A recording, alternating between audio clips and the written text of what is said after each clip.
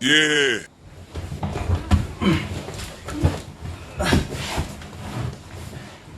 Oh, you're here. What a surprise.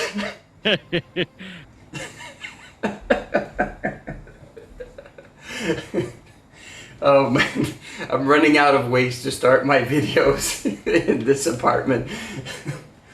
Actually, I didn't even know this was actually going to be a video, but I looked at some footage and I think I have something that's quite interesting.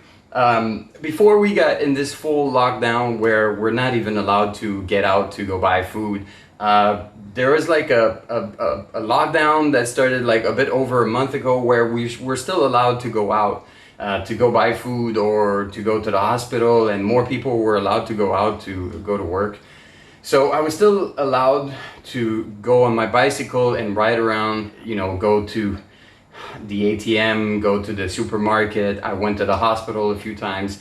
And there's something I noticed on my different bike rides is that all the little alleys leading to like residential areas were more and more, they had like a barricade shutting it down. And I didn't know at the time if those barricades were set up to isolate one residential area from another, or if it was because there were some infected cases in that area. Because that's what they were doing at first, you know, whenever there was a building that had infected cases or even a neighborhood, they would put like kind of a tape around it and a fence, and sometimes there are some police officers and security watching it to make sure that people don't come in and out.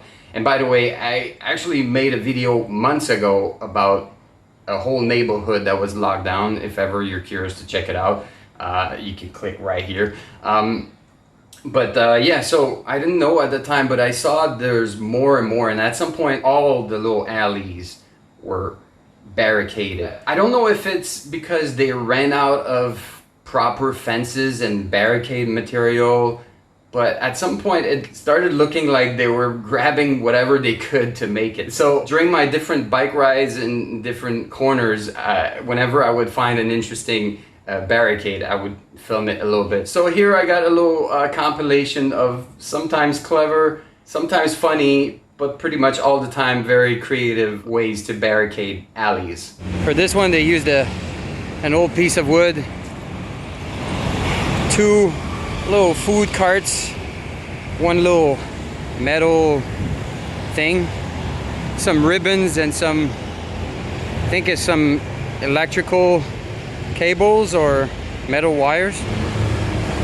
Yeah, some electrical cables and a bunch of ribbons. For this one they used a bunch of metal wires. I don't know if you can see them well. And there's a banner, like a government banner of the social distancing directive 16, and the little pieces of ribbons. For this one they used an actual fence on wheels to block the street, and a little food cart there. I'm not sure if it's part of the blockage or not, but, and some ribbons here, but I don't know why. For this alley here they use like a fence with a government sign of the directive 16, a bunch of ribbons and tapes to hold it, and some metal wires, and there's some kind of perimeter before the fence.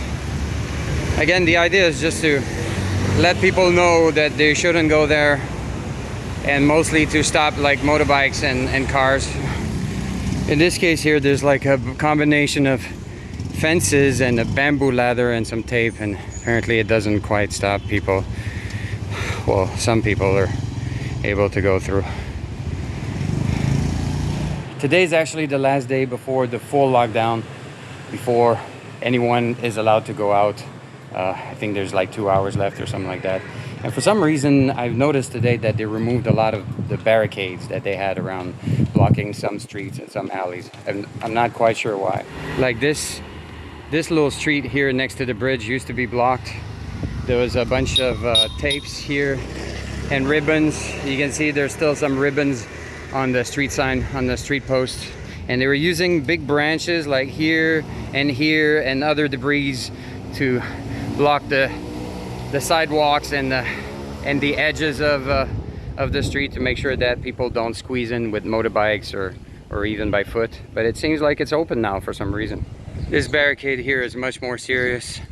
There's a bunch of cables, ribbons.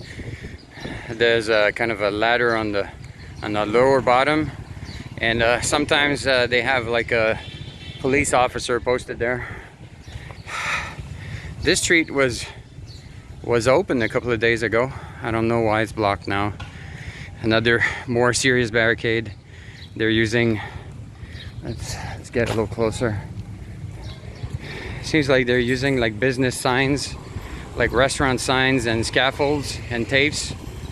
But for some reason, like this street here was blocked, and they were using like little restaurant tables and stools to block the street. But now it's open. I'm not sure what changes, which streets are open or not. The end of this bridge here is completely blocked. I guess people have no choice but to do a U-turn and go back on the other side. Normally this bridge was open, but there was a police checkpoint right here, making sure that whoever was getting on this side of the bridge was allowed to.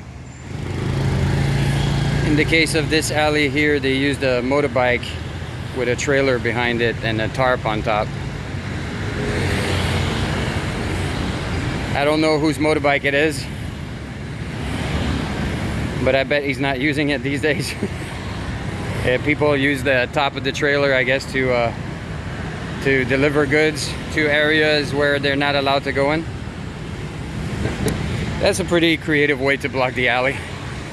In this case here, you got a little fence with a government sign explaining what is forbidden here, I suppose, and a little piece of ribbon to block the rest of the alley. This street is wider, so they had to be more creative. You got some ribbons and wires at the end. You got a big fence with some barbed wires, some electrical cables, another big fence, some pieces of wood, another piece of fence, and other pieces of wood, all tied together with electrical cables and ribbons. People will wait, I guess, here sometimes to get something delivered or something like that. Here's another bigger street.